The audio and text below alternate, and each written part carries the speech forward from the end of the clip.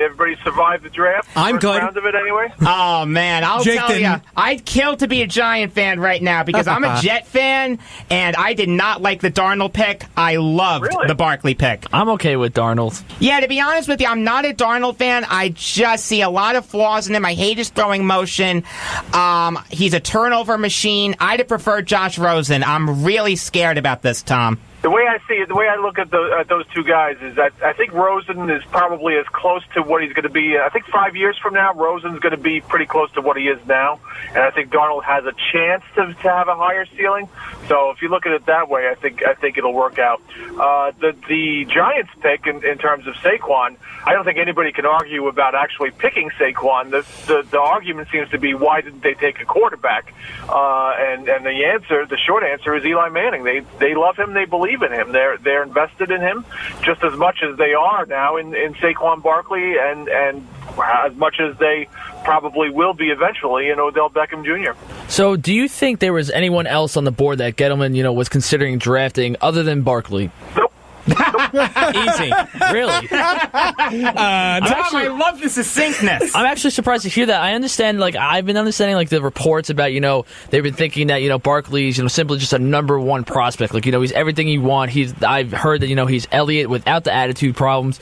So, I'm actually kind of shocked to hear that because I understand, people have been throwing around the possibility of a quarterback. But I think, the Giants made the best move of drafting Barkley. I think this is going to be their running back for a very long time. For at least 10 years. I think so. Maybe more. I don't know about 10 years. I mean, things happen with running backs, and we'll see where this goes. That is true. But for the next 5 years, it's going to be very exciting and very dynamic. I will say this. Of course, obviously, there were other players on their board. There was none as high as Saquon Barkley. And if the Browns had taken Saquon Barkley, then, they probably would have entertained more options because that value of that number 2 pick would have gone sky high with a chance to select the first quarterback in the draft. And I think that they probably would have pulled the trigger on that, moved back a little bit. Maybe they would have taken a defensive player in Chubb. Maybe they would have taken the guard Quentin Nelson. There were a couple of other options there. They were never going to take a quarterback, and and Barkley was their guy, and they just had to wait the 10 minutes to see what the Browns did before they pulled the trigger.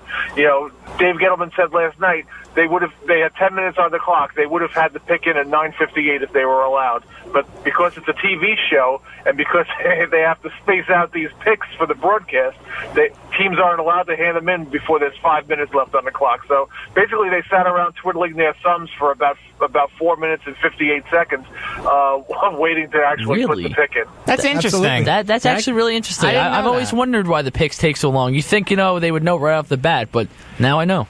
2 words, ad space. They got to run all the highlights, and of course. Valk's got to talk about this guy, and Kuiper's got to talk about that guy, and it's a TV show. It's not really a sports show. A sports. Well, it's a show. It is a show. It's not a sporting really event. A function.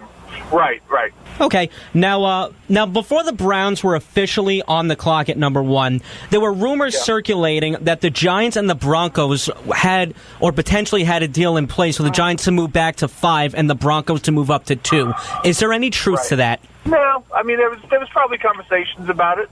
I don't know where that came from. Maybe it came from the Broncos. Maybe people in the Giants were floating it, hoping that it might drive the Jets to come up and say we got to get our guy at number 2.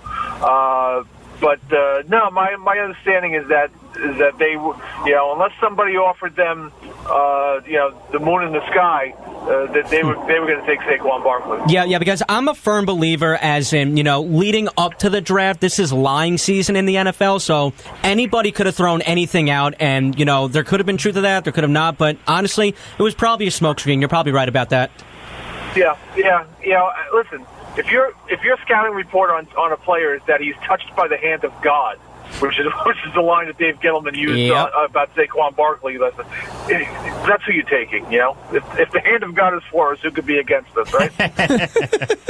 So what can we expect the Giants to do for the rest of the drafts? My compatriots and I think high in the second round, Rudolph. I think we're pretty much in consensus thinking that's the best idea here. But, I mean, can you see them going offensive line? I can. I think offensive line is the play. Yeah. I mean, I think they're totally committed to Eli Manning right now. Davis Webb a little less so.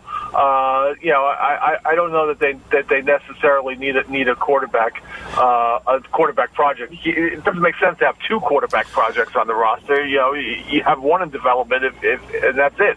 And they're not getting rid of Davis Webb, so that would just be a waste of a spot, I think. I think offensive line. I think you look at a guy like Will Hernandez, who is just a nasty, gritty, old school offensive lineman. He's got the neck roll on his shoulder pads, and he gets down in his 2-point stance and 3-point stance, and just fires out and hates defensive players. And he'd fit right in that locker room with Snee and O'Hara and Deal and that whole group. So I think he's the hog molly that Dave Gettleman wants at the top of the second round here. But assuming he doesn't go to the Browns, who pick at 33 or if anybody trades up to get him. But even then, I think there are a number of options, and I've been saying this all along in favor of drafting Saquon. When people say, "Well, who's going to block for him? Who's going to block for him?" And I always say, the second round pick. When they drafted Eli Manning, they drafted Chris Snee in the second round, and those two guys lasted 10 years together.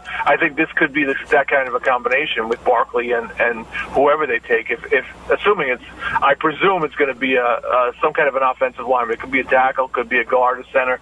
They need all of them, and the overhaul of the offensive line isn't finished yet until we get to the end of rookie minicamp. Now let me ask you something. Davis Webb was obviously picked by the old guard, Reese and McAdoo.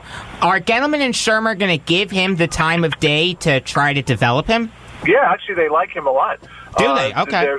They're pretty fond of him, and Shermer has said that he had a pretty good grade on him coming out last year when he was the offensive coordinator in Minnesota. That's interesting. I think that they like him a lot. They like his intangibles. Davis Webb walks and talks like an NFL quarterback, if that makes sense. That he's in the shadow of Eli Manning, but he is almost a facsimile of Eli Manning, just in terms of the way he purports himself, the way he handles himself, the way he works, things like that. The only thing that he hasn't done to make himself an NFL quarterback is take a snap. And that's got to happen this year for them to find out what he's about. But I think he's growing more comfortable. I think the year of not playing sets him up well to advance well in this offense. I think going over the mechanics of just dropping back and running a huddle and making audibles and all the things that he never had to do in college, he was able to do in practices for the Giants, and that's gonna put him in a good position right now to be a little more savvy and a little more aware of the NFL game as he learns this new Pat Shermer offense. And remember, he's learning it along with Eli Manning, so they're sort of on an even keel there, an even level there.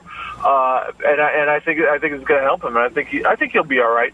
If you look at the last season, I think you don't have to be a great quarterback. You just have to be a good quarterback to win. And if you have really good pieces around you, look at the quarterbacks who are in the championship games, right? Case Keenum and Nick Foles and Blake Bortles. I mean, none of those guys are people that you would say are Pro Bowl All-Star quarterbacks, and they got to the championship game. Obviously, Brady did too. But I think the trend now right now in the NFL is to build a great team around a good quarterback instead of having a great quarterback and hoping that he can make you a good team.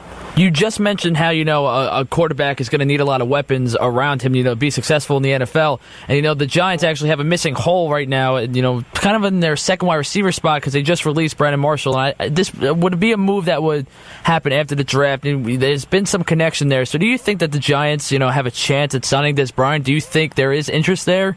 Yeah, it's kind of funny that the guy who's most vocal about wanting to bring Des Bryant to the Giants is Janoris Jenkins, the guy who shut him down for most of the last 2 years. Ironic, isn't it? Right? I mean, maybe he wants to just be more confident in practice, by covering this guy or something. I don't know what his motives there are. They need wide receivers, but Des Bryant is not the answer there. All right, so we are talking to Tom Rock, the New York Giants beat writer for Newsday. Now, Tom, you and I spoke a very long time ago, around the time where Eli Manning got benched for Geno Smith. Now, I mentioned this before at that time, and you kind of touched on it again.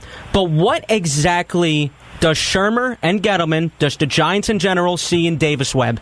Well, I think his ceiling is probably not where Eli Manning is, but probably let's see if we can come up with a good comp for him. Maybe, I think he could be like a Keenum, like a Foles, like that type of a player. So serviceable? Maybe sort of like a Kerry Collins. How about Kerry Collins? That's a good one. I'll sign for that. Kind of so like an above-average game manager. Yeah, like a Chad Pennington with a little stronger arm. So Ryan Fitzpatrick, his first year with the Jets. Yeah. I'll sign for that. He's a smart guy. He's a hard worker. He's he's not gonna sell you short when it comes to effort and putting in the time. Let's put it that way. And whatever he gives you on the field remains to be seen, obviously, because he hasn't been there yet. Tom, I think there's still one giant question looming over the Giants. Not to repeat myself. See, I knew you were going to go there. Capital G, giant question? Yeah, capital G. Will the Giants trade Odell Beckham Jr.? What do you think? No. No? That was never really going to happen anyway. That was sort of a comment that the Giants use a lot of times not to seal themselves off from options. And obviously, if somebody had come in and said, we're going to give you 4 first-round picks for Odell Beckham Jr., they probably would have done it. But it never even got close to the magic number, Yeah. Does that contract get done, do you think? Yeah, of course. Everything has a price tag. Everything can be sold, right? I'll do that in a heartbeat. Everyone has a price, according to the $1 Million Man, Ted DiBiase. That's right. Talking to Tom Rock, Newsday's New York Giant beat writer. And, Tom, I'll get you out on this. Does the Barkley pick impact your thoughts on how the Giants will do next year? Here's what I think Barkley gives them, right? So you look at Eli Manning and you say, what's his best skill? And he's got a lot of good skills, but his best skill is his intelligence at the line of scrimmage and his ability to get them in and out of the right plays.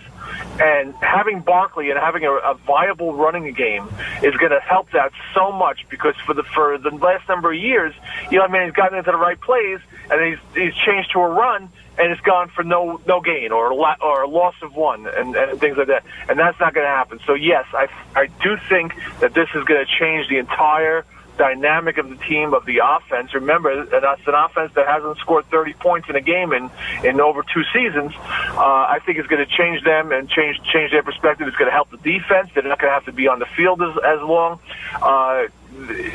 Saquon Barkley makes everyone on the Giants better and makes the Giants much better. All right, Tom, you're the best. Thank you for your time. All right, fellas, be good. Good luck with the drive there. Thank you very much. All right, that was Tom Rock, Newsday's New York Giant beat writer.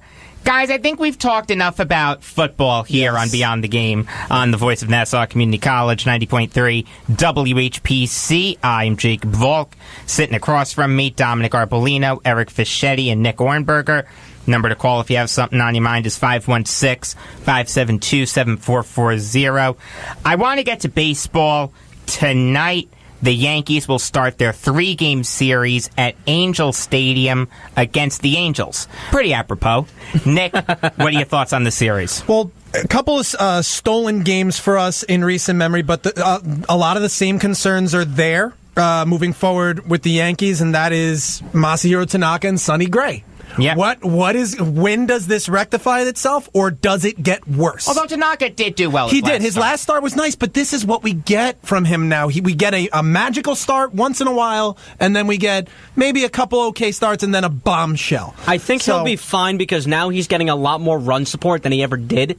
That's true. That's true. But then again, if the Yankees are winning 5-3 and Tanaka's still pitching into the 7th, and you let up a 3-run home run, it's not going to do you any good. Like it's putting you in a hole. But I think that Tanaka will be better only because of the run support around him. Even Sonny Gray, too. Sonny Gray has been really the only inconsistent pitcher that the Yankees had. Everybody else... No, I would say Tanaka's been inconsistent. Tanaka's been inconsistent. Not as much as Gray. I agree with you. That's what I'm referring to. And Montgomery had his struggles early, and CeCe had his struggles early. Although Montgomery seems to be working himself out. I like Montgomery. I have him on my fantasy team. There's something I have to bring up here.